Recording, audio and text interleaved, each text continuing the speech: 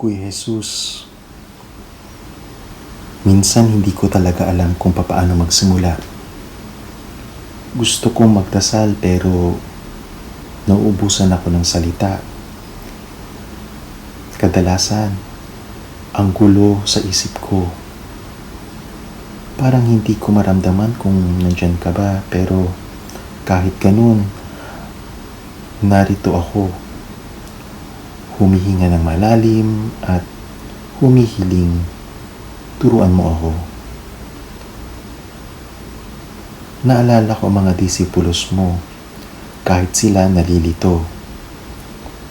Umakyat ka sa bundok, mag-isa kang nanalangin, at sa hardin ng Getsemani, sa sobrang bigat ng tinadala mo, halos tugo na ang pawis mo, habang sila nakatulog.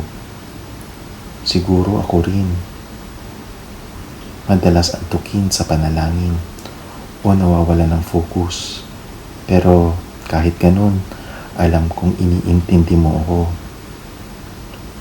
Kuya, ano nga ba ang panalangin?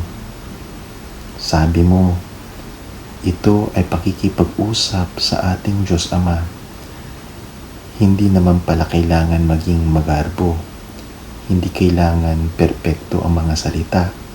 Basta totoo. Basta mula sa puso. Pwedeng tradisyonal na dasal tulad ng Ama Namin na turo mo. Pwedeng tahimik lang. Nakikinig. Pwedeng masaya, malungkot, pagod, o pasasalamat. Pero kuya, minsan parang wala sa loob. Parang hirap akong magdasal. Kaya hinihingi ko sa'yo, gabayan mo ako. Bigyan mo ako ng gabay ng Espiritu Santo na siyang magtutulak sa puso kong gustong lumapit sa'yo. Turuan mo akong magsimula muli. Kahit simpleng panalangin lang.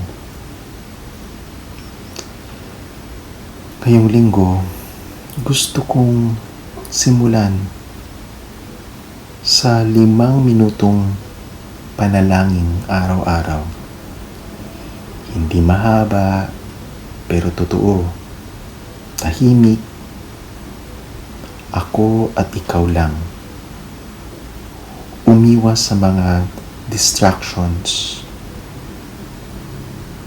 Pikit ang mga mata. Hihinga ng malalim. Makikinig sa'yo. At magsusulat. Alam kong sa tahimik naroon ka. Kuya, ngayong kapistahan nina San Pedro at San Pablo, naalala ko na kahit sila may kahinaan din, pero pinili pa rin nilang sundan ka.